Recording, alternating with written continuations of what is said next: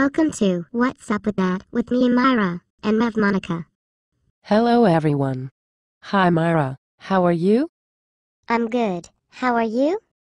I'm grateful and excited to be here today with so many faith leaders who are eager to learn how they can support youth. We love having you here with us. Indeed. So Myra, what is our topic for today? Let me see. Our topic for today is about youth who are struggling with addiction.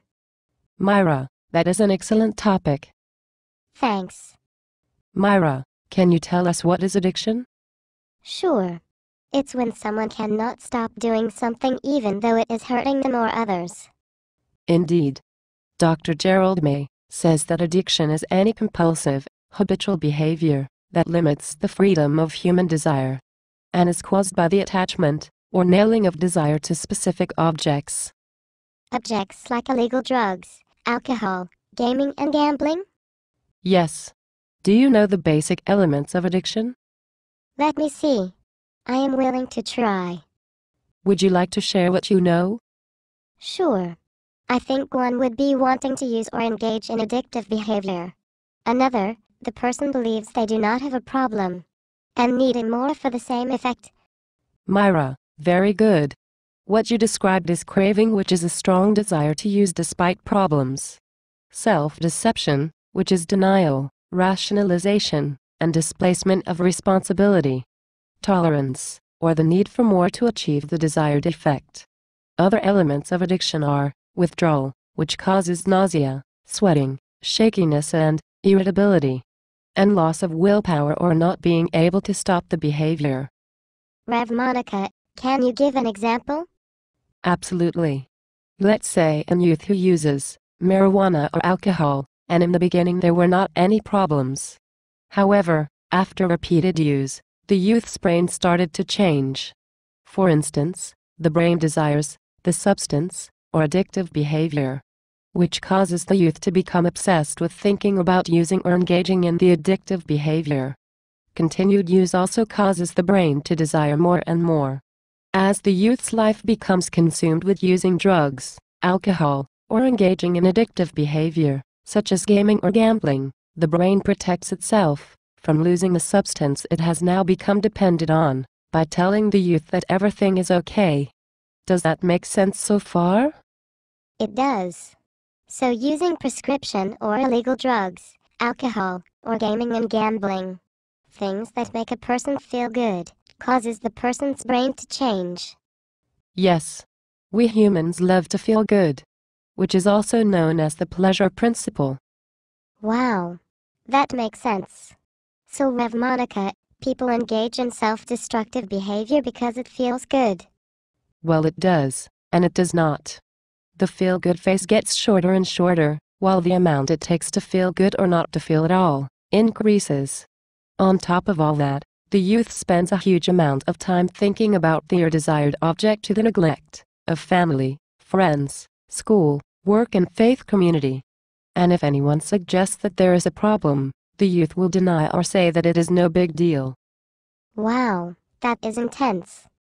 Indeed it is. So Rev Monica, why do youth use or abuse substances or engage in addictive behaviors? Myra, that is a really good question. I'm sure you have a few ideas. Well, feeling abandoned, alone, misunderstood, undiagnosed mental or emotional illness, sexual or physical abuse, self-hatred because of racism or homophobia, and fear. Myra, good stuff. I'll add to the list role models, including family and faith community members, teachers, and coaches who use or abuse substances, or who engage in addictive behavior. So, how can faith communities support youth who may be struggling with addiction? Education, education, education.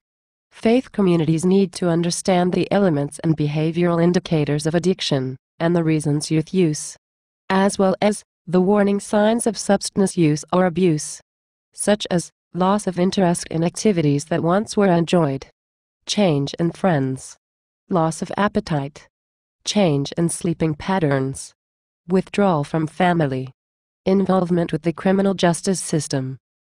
Okay, some of those things sound like normal developmental stages for youth. Yes, they are. And that is what makes this issue so challenging. I never thought of it like that. What else can leaders do? The ministry team can individually and collectively do the following exercise. Identify 5 helpful responses you can give to support the youth or their family. Next, identify 5 unhelpful responses you can give to the youth or their family. Okay, what else can a faith community do to help youth? Put together a list of helping professionals in their area who specialize in working with youth and addiction. Also, maintain a library of materials on addiction. Be sensitive to cultural differences.